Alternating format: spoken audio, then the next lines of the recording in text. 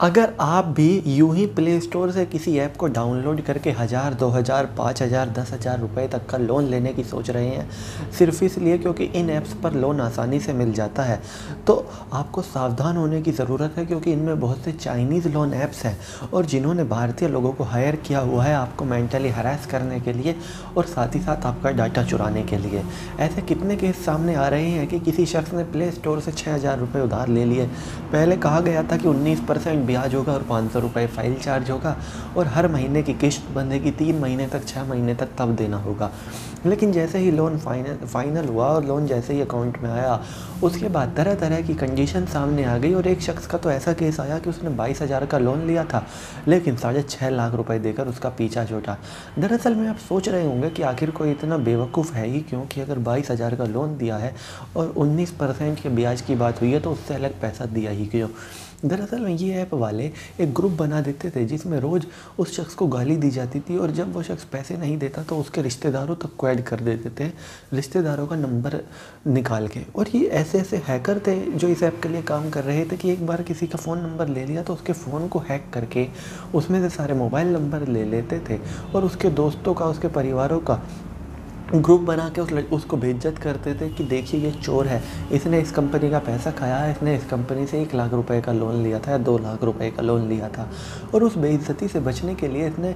इतना ज़्यादा mental harassment किया कुछ लोगों का कि कईयों का तो 20-20 हज़ार रुपये देने के बावजूद 1 लाख रुपए में पीछा छूटा। और ऐसे कई ऐप हैं। तो अगर आप भी किसी ऐप से इसी तरह से लोन लेने का सोच रहे हैं तो आपको एक बार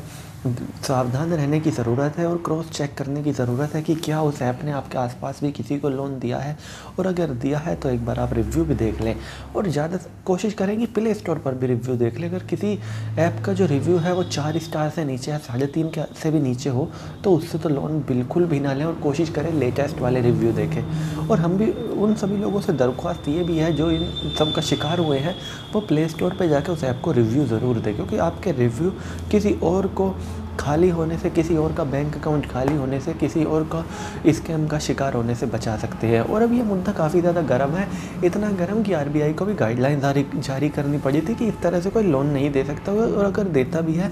तो आरबीआई की गाइडलाइन को फॉलो करता है।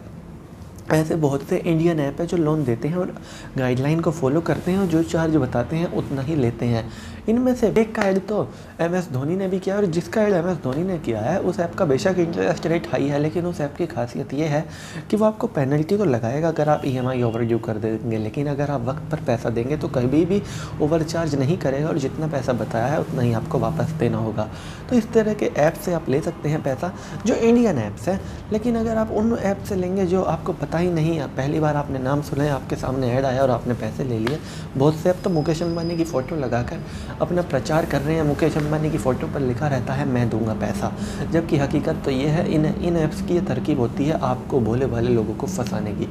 तो चलिए दोस्तों, मैं चीनू दहिया, फिलहाल इस वीडियो के लिए इतना ही। आगे भी इसी तरह की देश दुनिया बॉलीवुड और खेल की तमाम खबरों के लिए बने रहिए चौधरी न्यूज़ के साथ। जय माता दी।